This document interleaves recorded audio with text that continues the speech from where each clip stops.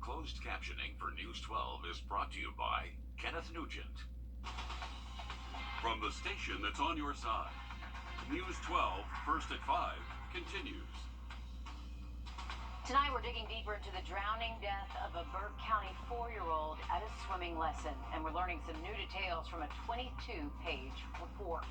And we know some of you have been counting the days until college football is back. We'll take you to Atlanta for SEC Media Days as kickoff is getting closer and closer. But we begin tonight with a plea from Izzy Scott's family. The case is now in the hands of Augusta's district attorney after the Burke County sheriff decided not to press charges against the swim teacher. They say his death last month left a hole in their hearts that will never be filled, and they never want any family to ever have to go through this again. That's why they say they're hoping his drowning will inspire Izzy's Law to help regulate private swim lessons that right now have few, if any, regulations. They also have a lot of questions, starting with why they say the swim teacher never asked parents to sign a form letting her know how much experience their child had in the water. So you don't know what their swim ability was. You just know that they were non-swimmers and it was worth $100. You had $1,000 standing in that pool.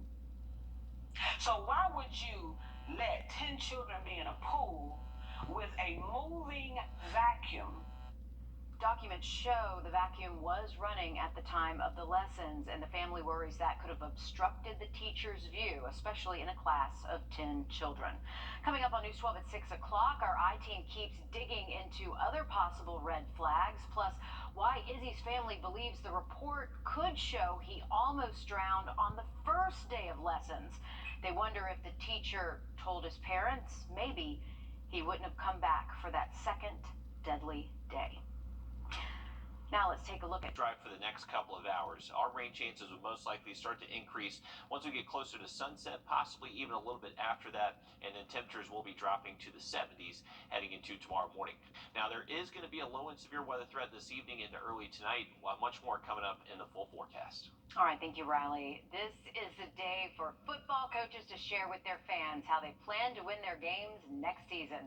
They're hoping the news conference in Atlanta today will let you know what their plans are, and you know we had to be there. Our Alyssa Lyons joins us live inside the city after listening to our South Carolina's coach present his plan. All right, Alyssa, what does he say he wants to do? Gamecock Nation is ready. Hey, Meredith, it is no question that offense wins games, defense keeps them there. And Jamie Burke's squad needs a little bit of work, but Rome wasn't built in a day, neither is this team. The building blocks are there to go again in round 2. Now, the Gamecocks defense racked up 15 interceptions last year, a semi-solid squad that lost talent on the edge, but kept the interior line and linebackers. Devontae Reed comes in to give some much-needed relief at defensive back from Central Michigan. There, he led the defense in interceptions and ranked second in tackles, but how much action he'll see will be up to how Zach Pickens and the rest of the line take care of business up front. We choose to get better. You know, there's not one thing that we take for granted. That's one thing we're trying to do better than we did last year. Last year was good, but we're trying to do even better. Like, we're just trying to improve every year. Zach Pickens could be in an NFL training camp right now. He was projected to go very high, but he believes in what we're doing as a program and wanted to come back.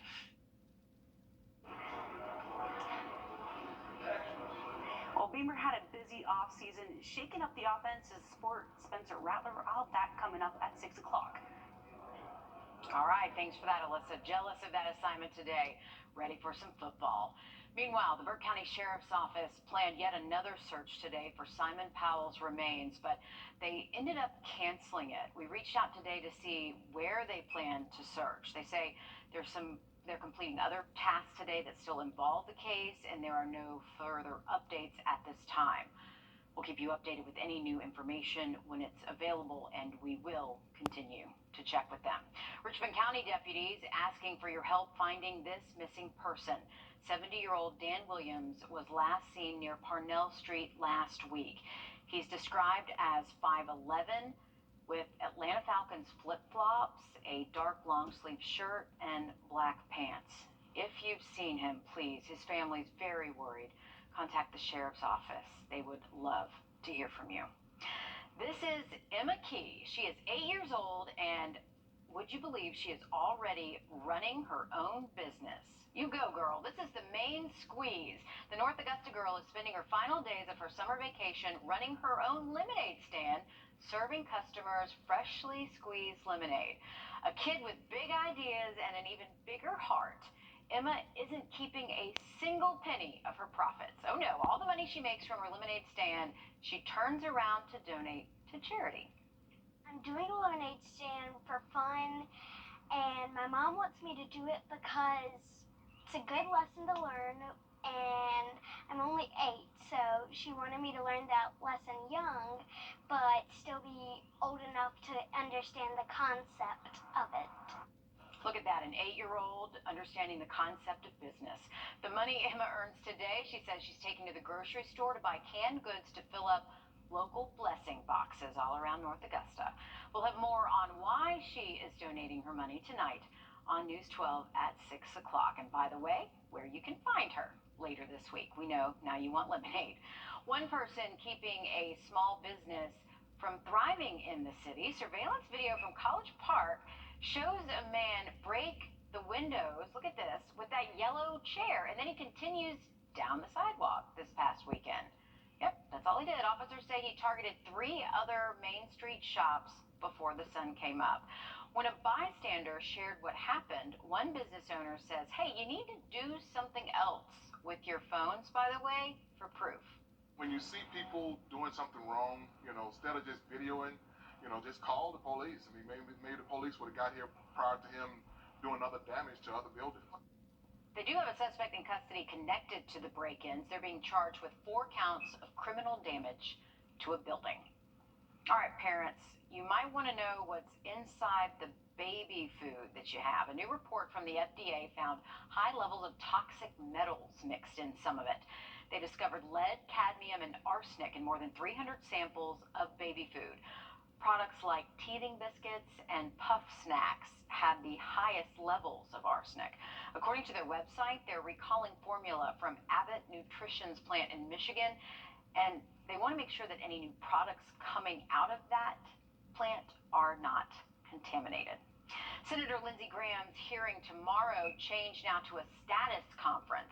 He was summoned to appear before a federal jury in Greenville, but now he's going to Charleston for a conference instead at 10 a.m. It is part of a special grand jury investigation in Georgia, taking a look at an alleged attempt to overthrow the state election. Senator Graham is one of a handful of Trump confidants who was named in petitions by the district attorney in Fulton County. More headaches for drivers in the Appling-Harlem interchange area. A second traffic shift is coming this week. Heads up, crews are working in the west and eastbound lanes on I-20. They are going to level the ramps, and there's going to be a 2-mile detour in place.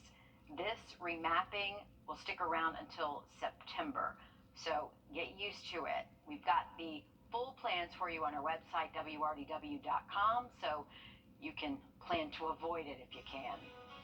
Christmas in July, that is very real for one man in our area. How he prepares for Christmas year-round when we come back. Riley? Well, it's been a mostly dry afternoon for us here in Augusta, but we are looking at some storms off towards our west. We'll time them out when they move our way just after the break.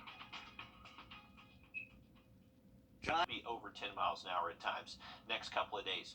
Pattern's going to hold steady through at least Friday, but rolling into the weekend does look a little bit drier for us. We're going to see better conditions to just see more sunshine Saturday and Sunday, but that will allow us to warm up into the mid-90s. All right, thanks, Riley. The temperatures are hot. You don't need a coat, so is it too soon to talk Christmas? Okay, it might be July, but one local man is always thinking about Christmas. Our Will Volk talked to him about how he's preparing for the Christmas season year-round. Summer on a Christmas tree farm. That means you're not doing anything. There's a lot going on in July. For more than 3 decades, Charlie Mills' summers have looked like this. All summer long, it's spraying and mowing. Mills says this farm is home to at least 10,000 trees. He works through the heat almost every day to get them ready. If I didn't prune these trees now, that growth on that tree would continue, and it would be way out here. Mills says he prunes trees at least once a year. Right now, he's working on the ones he plans to sell this year. If he didn't do this, his trees would not have that signature shape. You could see through it. The limbs would be all sparse. It would just look like a tree that grows in the woods. Mills continues to do all this at 75 years old. He says he could be slowing down soon. I'm trying to get some family members interested in doing it. I'm going to stay involved. You know, I'll help them, and I'll, you know, try to show them. But I'm trying to get some grandkids involved in it. But for now, Mills is still out here working to get everything ready. And he says it'll all be worth it when Christmas comes. It's my favorite time of the year. It's a lot more fun than out here mowing and pruning. In Clarksville, Will Volk, on your side.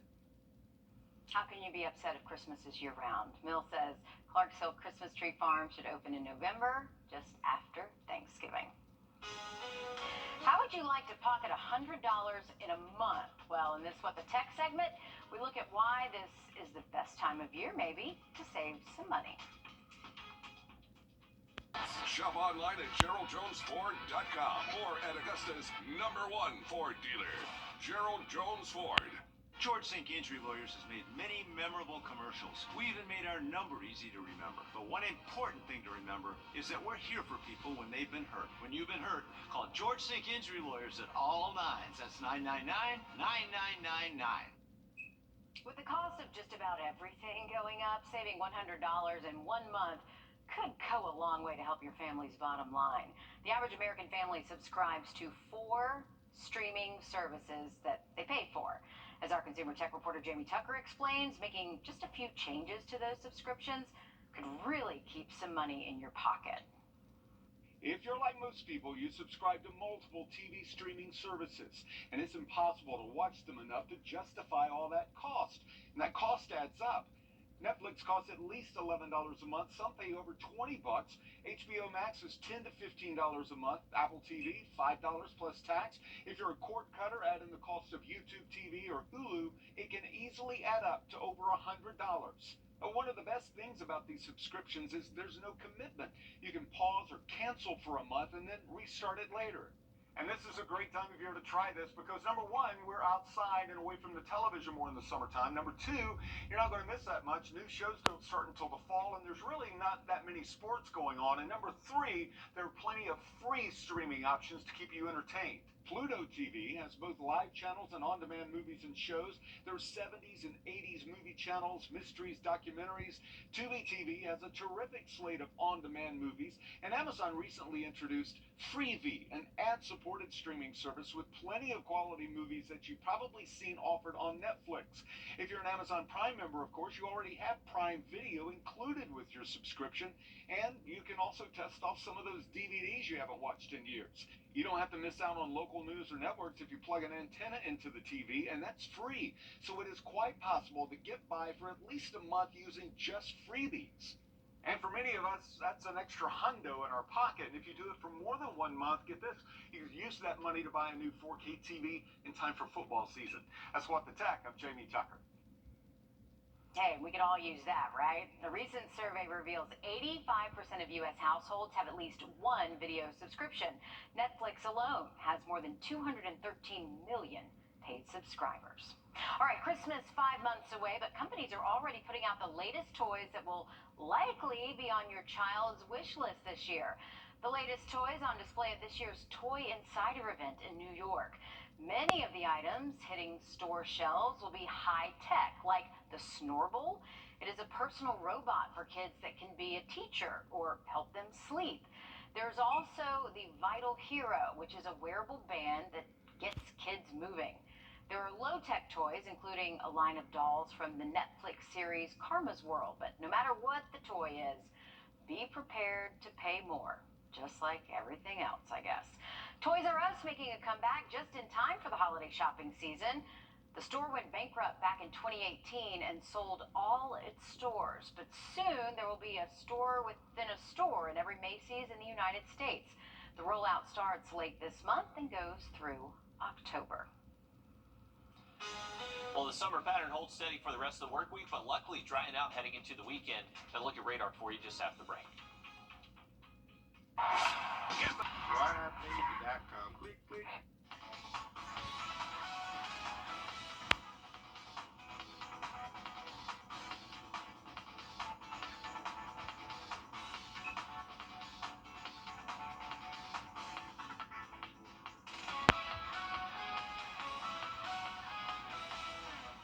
In just a few hours, someone could be $500 million richer. The Mega Millions jackpot is at $530 million right now.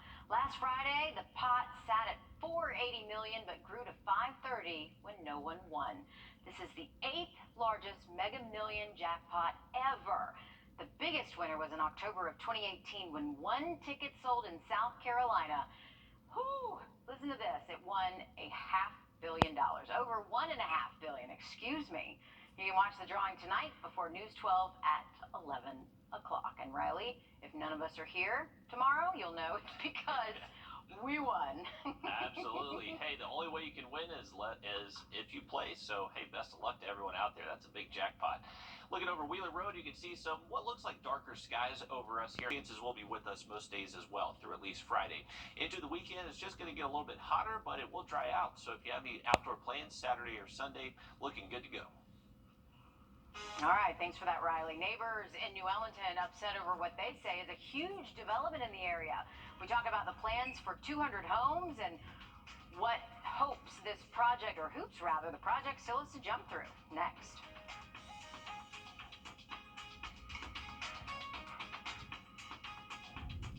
COVID-19